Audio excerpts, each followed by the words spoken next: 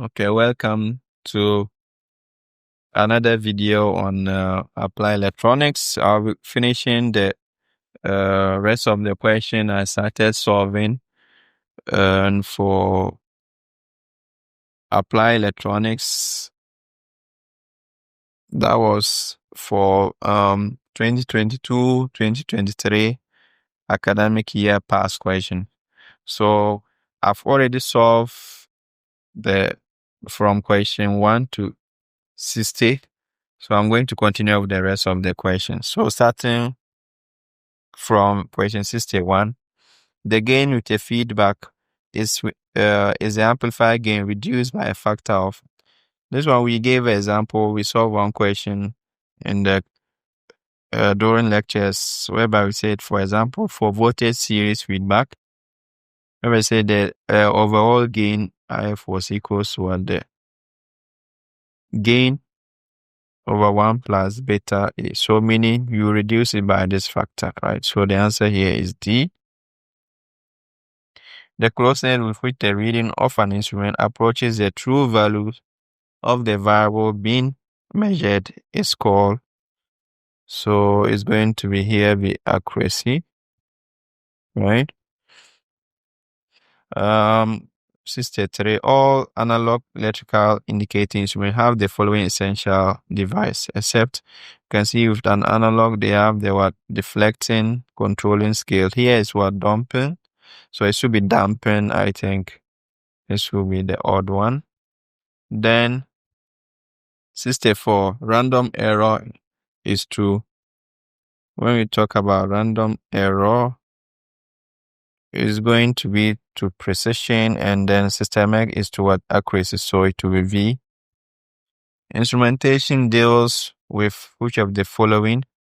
So when we talk about control, process, and manipulation, and then here, so we can talk about, so it's I, and I4. So the answer here becomes D. Now question 6 which type of instrument displays information through a pointer moving over a graduated scale? That is going to be analog, so it's B. Which of the following is not a common physical variable that can be measured? So we can see that we can measure length, temperature, pressure, but when it comes to color, we cannot. So we put here B. What is the main advantage of using digital instrument over analog instruments? So we can talk about in terms of high precision, right? The device that opposes the deflecting force is called the controlling device, right? It opposes the deflecting force. Which type of damping device uses the force of air to reduce the oscillation in analog instruments? Going to what? So using air, that is going to be air frictions. What is the use of a scale?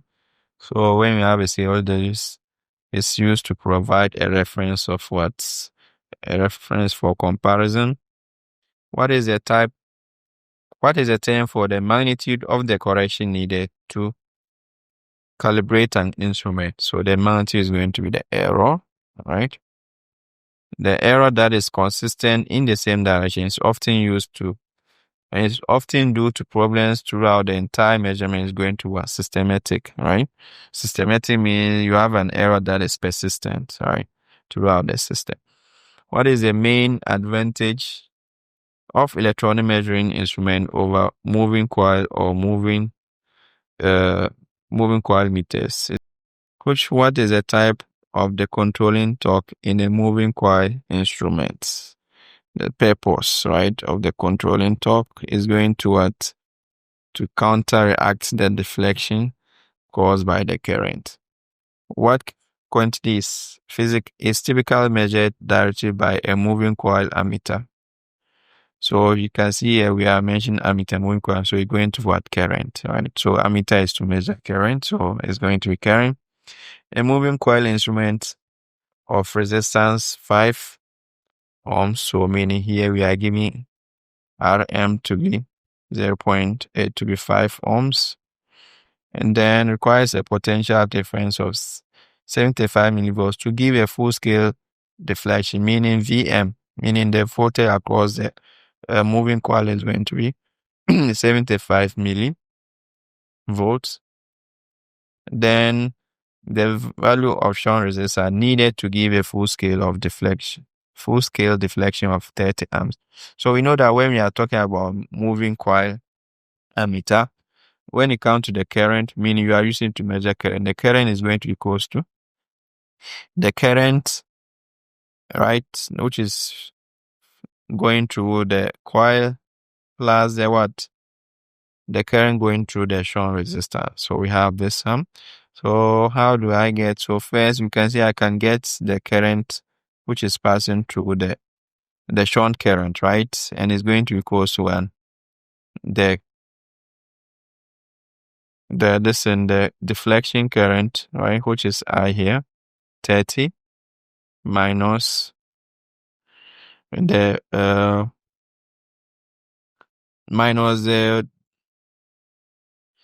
moving coil current, which is IM. So a moving coil current equals what? Mean the voltage, right, of the moving coil, which is 75 milli,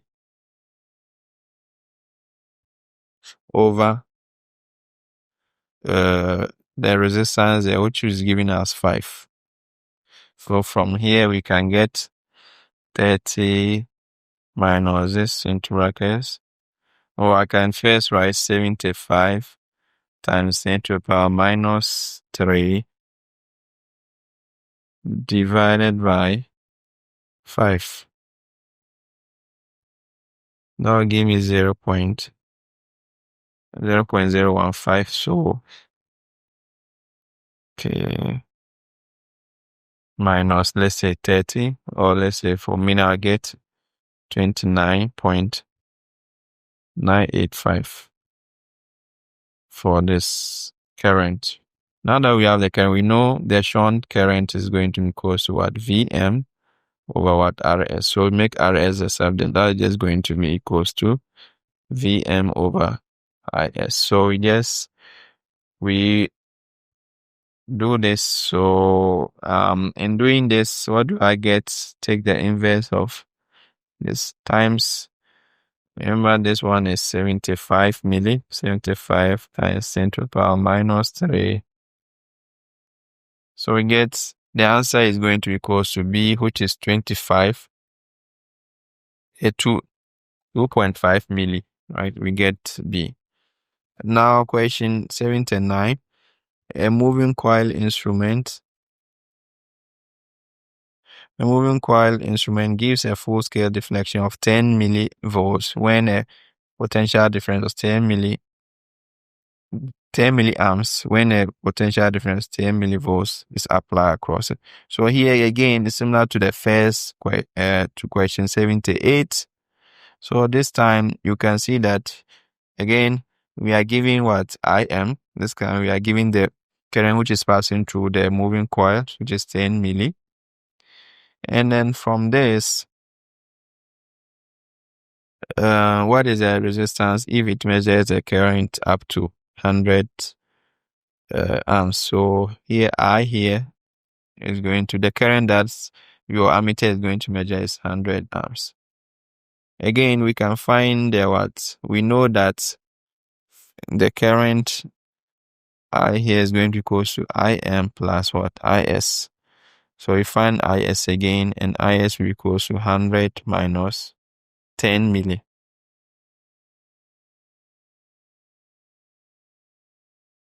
So 10 milli, that will give me IS to be equal to the current that is flowing through the shunt resistor.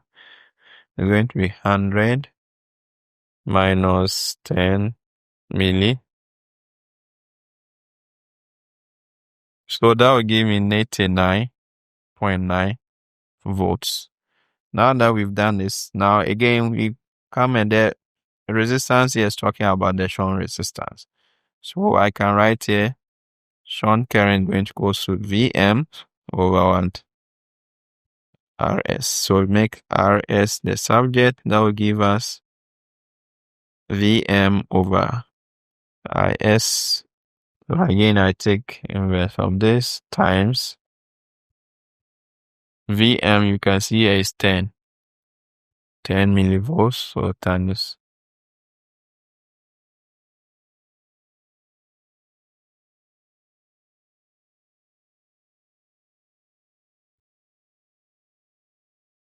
10 times minus 3. So we are going to get the answer here to be 0. So we get the answer to be A, 0.01.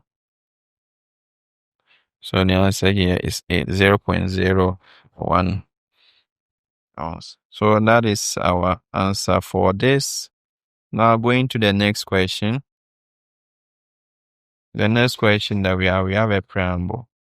With this preamble, 1, identify the operational amplifiers application in table 1. So if you look at the first one here, this one I brought similar one in the quiz for some of the students. So if you look here, this is going to be an integrator, right? So you have an inverting amplifier. So you replace the RF with what? With a capacitor, you get an integrator. Here you get a differentiator. So you place the R1, we can say Ri of an inverting operational amplifier with a capacitor, you get a differentiator, and this one is going to a voltage follower.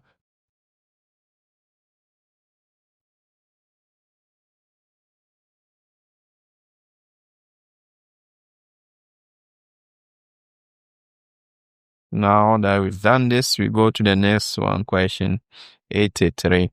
A certain operational amplifier has an open loop differential voltage gain of 85 and a common mode gain of 0.25. Determine the CMRR, the common mode rejection ratio, and express in decibels. So to do this, we have this to express, that means we have 20 log, meaning we have our open loop gain, which is 85,000 divided by 0.25. So I will get this 85,000 divided by 0.25 log 20 log 340,000. So we get this to be A. The answer here is A. Okay. The characteristics of a practical operation are very high voltage gain, very high input impedance, very low output impedance. So it's D, all of the above. A typical operational amplifier is made up of the following types of amplifier circuits. So we have, for example, differential amplifier, voltage amplifier, push-pull. So it's going to be D here. Question 86. That is the differential DC voltage required by the input between the inputs to force the output of a practical operational amplifier to 0 is going to be what? The input offset voltage. So C.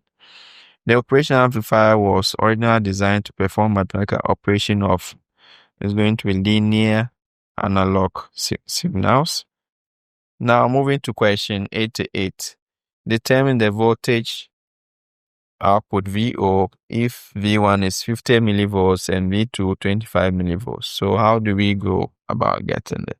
Here, this is so you have to use figure 3. So with figure 3, you can see this is a differential operation amplifier. It's even stated here, differential operational, and you have to use it to answer question 90 to 91. Same mistake here, should be 88 to 91. Now with this, since this is a differential operation amplifier, the formula for the output is going to be close to minus. Okay, we are not going to use I can write here RF over R1. Then now we equals to what? V2 minus V1. Use this formula. So using this formula, you can see that my V2 is 25. So 25 minus 50, that will give me 25 minus 50. You can see that is going to give me this one will give me minus 25 milli. Then times I have RF. RF, as you can see here, is giving us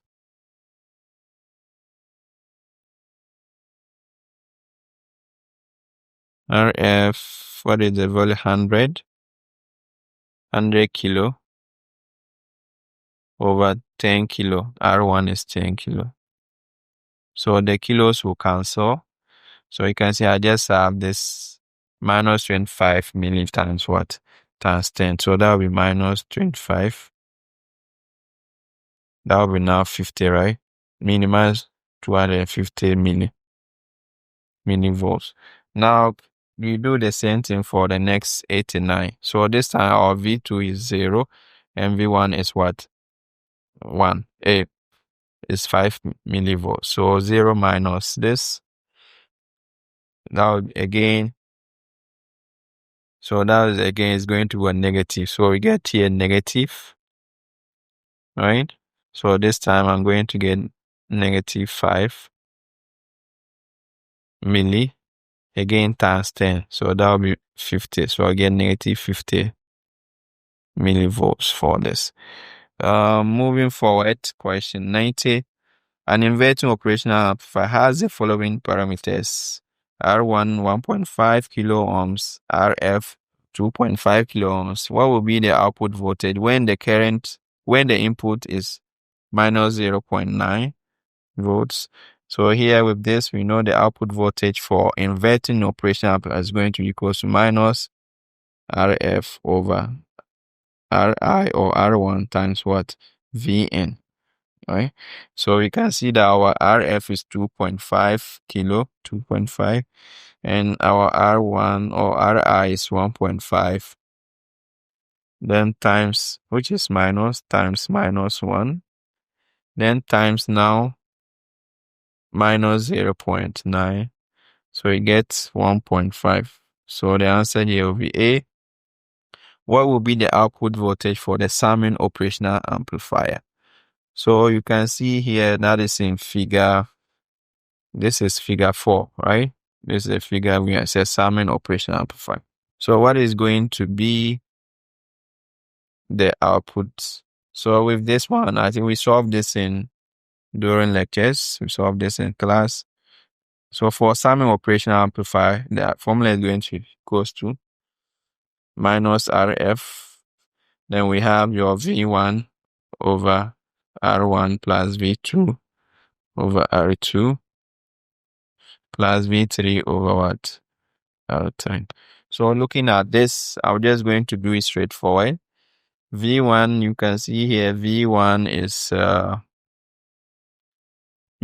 going to 0.5 divided by, they are all in kilos, so the kilos will go away. So I have 0.5 divided by 10. So we have this plus. The next one is what? Or I can even do this straightforward. I can write here 0.5 on 10 plus the next one is 0.8 on 20 plus the next one will be 1.2 on 30 on 30. So we get 0.3. So RF, you can see RF is 50. So times 50 here.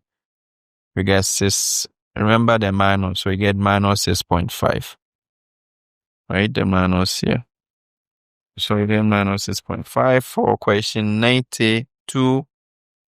And an operational amplifier has the following parameters: Ri equals 4.7 kilo ohms and RF 10 kilo ohms. What will be the output voltage when the input voltage is minus 0.5? For non-inverting operational amplifier, the formula is going to be 1 plus RF over Ri times what? V in, right? So RF here is 10, so 10 divided by R1, which is 4.7. They are all in kilos, so we can do this. So once I've done this, plus 1 times minus 0.4. So that will give me minus 2.5. We get B. Question 83. That is the DC current required by the input of an operational amplifier to properly operate its phase stage. Right? You want to operate the phase stage is going to be the input offset current. Right? The input impedance current. So it's going to the input bias current. Okay, I think C here. Question 84. An amplifier has a differential voltage gain of 1,500 and a common mode gain of this determines CMR. So we see here just to determine, but not in decibels. So you can just write CMR, common mode rejection ratio will just be what? Open loop gain over common mode gain. So we have 1,500 divided by 0.01.